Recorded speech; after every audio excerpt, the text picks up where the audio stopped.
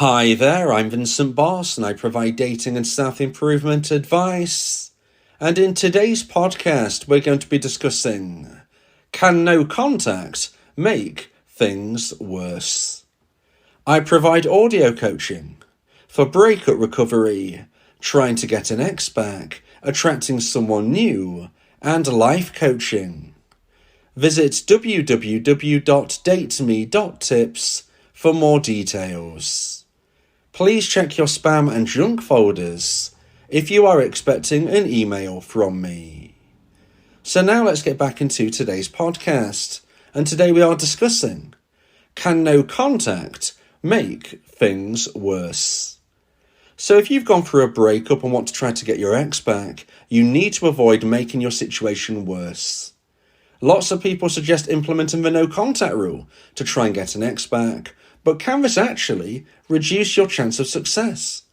In today's podcast, I'll be discussing 3 situations where implementing no contact can make things worse. So let's get straight into this, and point number 1 is if you're the dumper initially. So if you're listening to this as a dumpee, please keep listening through, because I'm going to be getting to your perspective very, very soon. But first of all, in point number 1, we're speaking to the dumpers. And if you're a dumper and you want to try to get your ex back, then implementing no contact can certainly make things worse if you implement it initially. So let me explain what I mean by this. Let's go back to the time when you were in a loving romantic relationship with your partner. Now, unfortunately, you lost romantic emotional attraction for your now ex, and that is why you decided to action the breakup. When your attraction hit the necessary low point, you decided to end the relationship. Now, beyond this point, you've decided that you've made a mistake. You've changed your mind. You feel that you want to reconnect, or at least want to speak with your dumpee and see how things go. So at this stage, you have 2 choices. Do you implement no contact, or do you do the absolute opposite and reach out to your dumpee? Now, from your perspective, dumpers, I actually suggest you reach out to your ex. So this is when we're considering today's podcast question, can no contact make things worse? Well, if you're a dumper and you've ended your relationship and you've changed your mind, then I do believe that implementing no contact at this stage will make things worse. It can make things worse because it's down to you to reach out. You've ended a relationship. It's down to you to reach out to your dumpee and try to take things forward in a positive way. Now, I would suggest that you reach out to your dumpee via some type of message, a text message, some type of direct message, whatever platform you use. The reason I suggest this is because it's less intrusive than knocking on their door or giving them a phone call. Now, of course, your situation might be altered in the fact due to a blocking perhaps, or some other reasoning why you can't send a message and you need to do this a different way. If that's the case, then you may want to reconsider exactly how you go about this. However, if you have a messaging platform available to you that you can reach out to your dumpee, this is exactly how I would suggest you do it. Reach out to your dumpee via a message. Within your message, apologize, explain your thoughts and reasoning.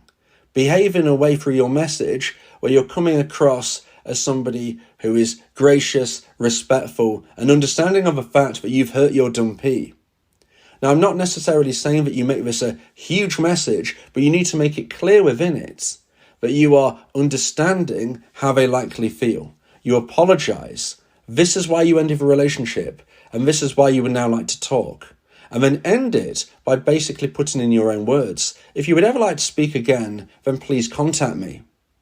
Now, when you send this message, at this stage, I now suggest you implement no contact, but only then.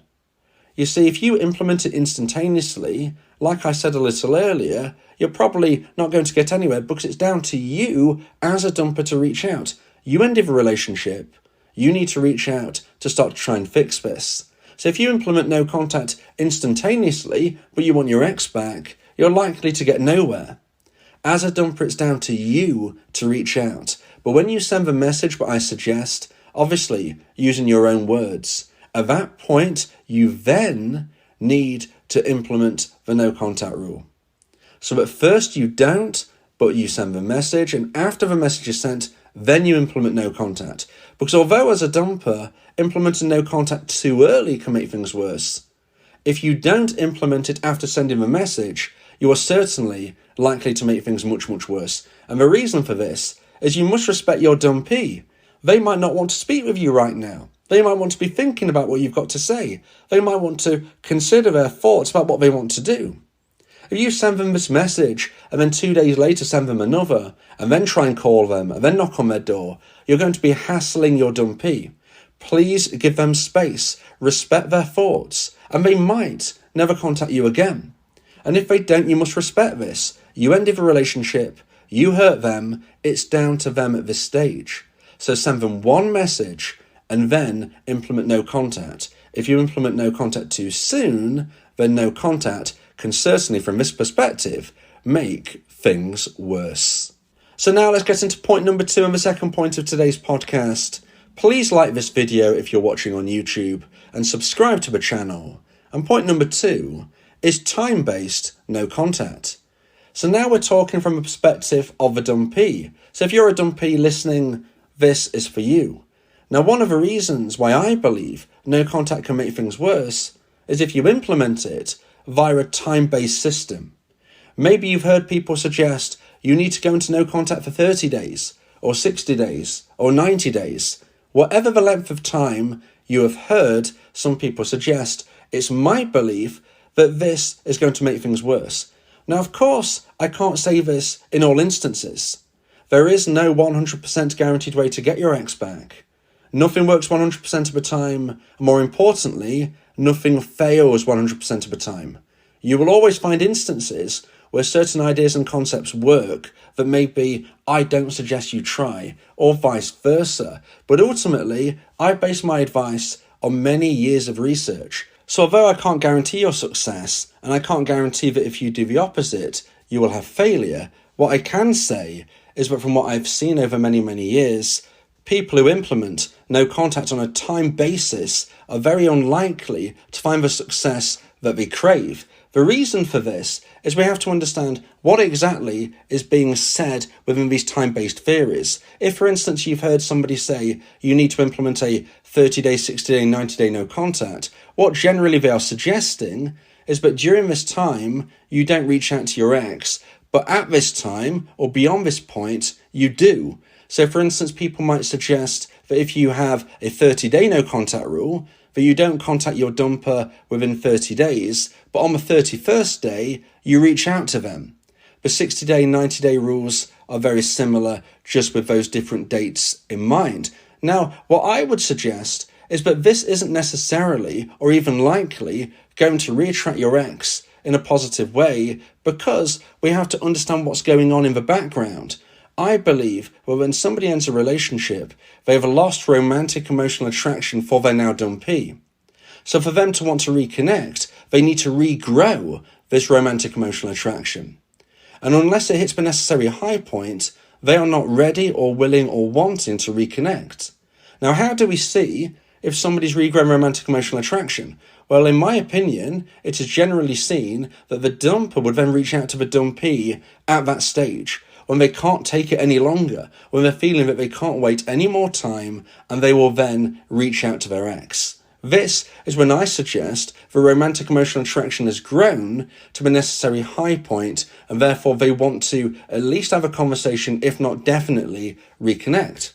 So when we look at time-based no contact, what we see here is, unfortunately, we cannot guarantee the level of romantic emotional attraction to hit the necessary high point. Because if the dumper hasn't reached out, there's no guarantees that it is that high within their mind. In fact, I would suggest the likelihood is it's not high enough, because if it was, they would have probably reached out. So this is where we can see the problem. A dumpee listening to 30, 60, 90-day no contact rules, they're going to be reaching out to their ex during a time which is not appropriate. They're going to be reaching out when the ex isn't ready. It's like putting something in the oven and then taking it back out before it is cooked. You need to make sure something is cooked and ready before you remove it from the oven. You can't just take something out and expect it to be ready to eat. It's not ready. You haven't heard the oven ping. You don't know that they are ready to hear from you because they haven't reached out to you. That is how I would look at it. So if you believe that you are following a no contact concept, but it is connected to a time, 30, 60, 90, maybe something else entirely, but you know what I'm saying here. Time-based no contact, in my opinion, is going to make things worse. So when we ask the question, can no contact make things worse? I certainly believe that time-based no contact theories do make things worse because the dumpee is reaching out to the dumper without any evidence that they've regrown enough romantic emotional attraction for them to be interested in potentially reconnecting. If both people are not necessarily ready to reconnect, then how on earth can we expect reconnection? That's what you need to consider. Both need to be ready. You as a dumpee are ready. You want to get your ex back. But unless your dumper reaches out to you, I would suggest they're unlikely to be in that position where they are ready to reconnect. So time-based no contact, in my opinion, is likely to make things worse. Now, if you want advice and support on how to try and increase the chance of one day getting your ex back from whatever perspective you might be coming from, then you may want to consider my audio coaching service, where me and you can speak one-on-one about your unique specific situation. Go to my website www.dateme.tips for more information about how I can become your coach and your teammate via my audio coaching service. So now let's get into point number 3 and the final point of today's podcast about can no contact make things worse? And point number 3 is if you receive contact. So let me explain what I mean by this final point of today's podcast. We're considering can no contact make things worse? And point number 3 is if you receive contact. So what I mean by this is if you're a dumpee and you receive contact from your ex and you don't respond, therefore continuing no contact, then I believe this is going to make things worse. Now, if you had listened through today's podcast, when I was speaking in point number 1 to dumpers, I was suggesting that they reach out once and then give their dumpee space. And this is because it's respectful. This is because they need to give a dumpee opportunity to consider their thoughts. But if you're a dumpee and you receive contact from your ex and you want to reconnect with them, then you need to respond. Because if you don't, you're going to be really confusing the situation. Some dumpees believe they need to be maintaining a no contact for a certain period of time, somewhat similar to what I was saying in point number 2. They're following a time basis, maybe 30, 60, 90 days or whatnot, but even if they receive contact from their ex within this time frame, they are not going to respond. Now, I believe this is going to make things worse. If you receive contact from your dumper, then they're interested in conversing with you. Unless you believe it is necessary contact, then this means they're thinking about you, they're wondering about you, ultimately they're missing you. People don't reach out for no particular reason. Now, like I said, it might be necessary contact.